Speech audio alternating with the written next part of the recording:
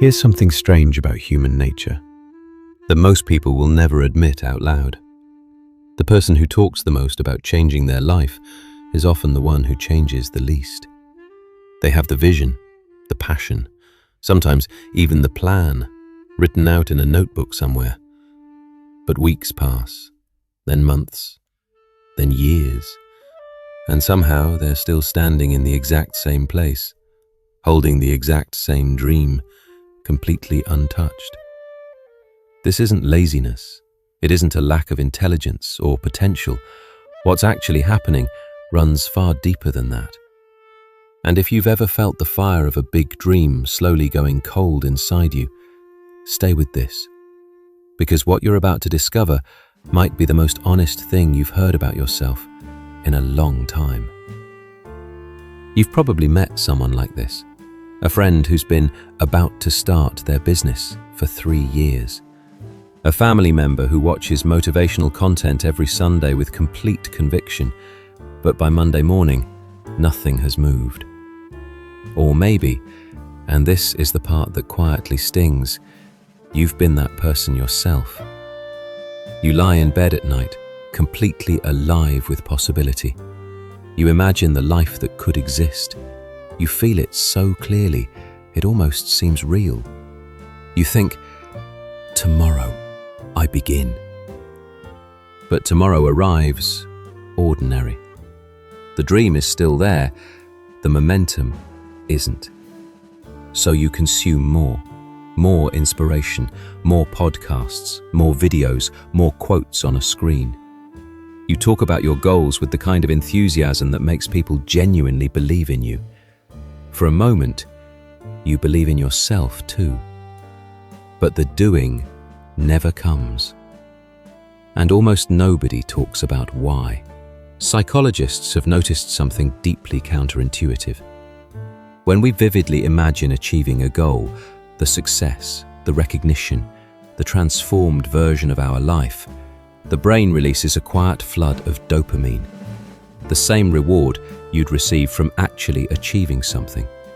Which means, in a very real sense, your mind doesn't fully distinguish between imagining the dream and living it. This creates something called substitution.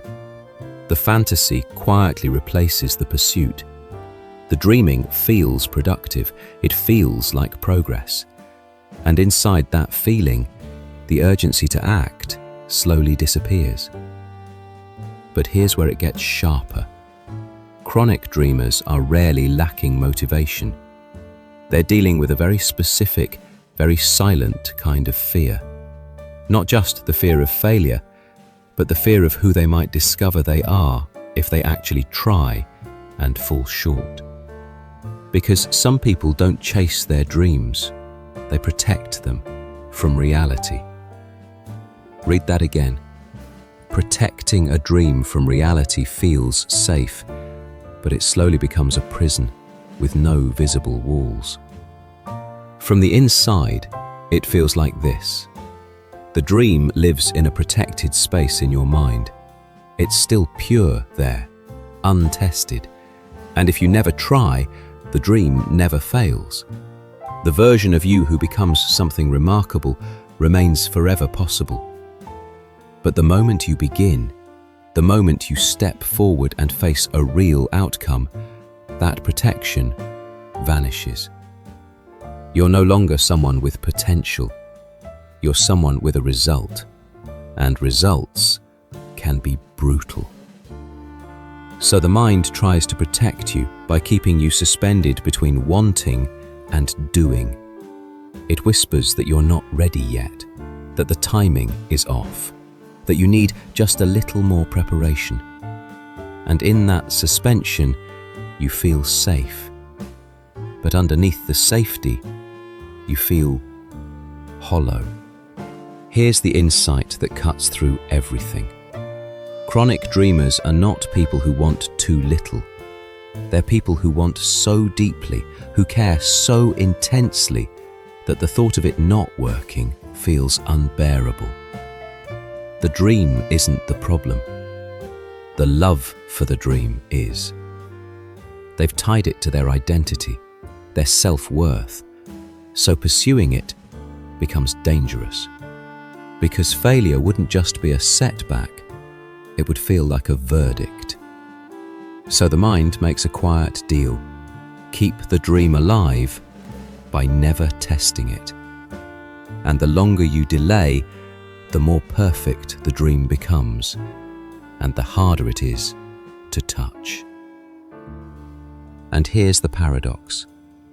The people who want change the most are often the ones most resistant to creating it. Not because they're weak, but because they care too much. Because the dream stopped being something they want to do and became something they need to be. The bigger the dream, the more paralyzing it becomes. Because a dream carrying your entire identity isn't a goal anymore. It's a lifeline. And nobody cuts a lifeline without trembling. There's something else worth understanding.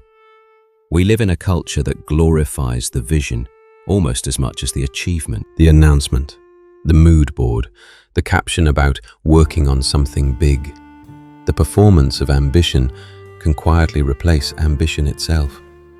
And from the outside, nobody notices, because it all looks the same.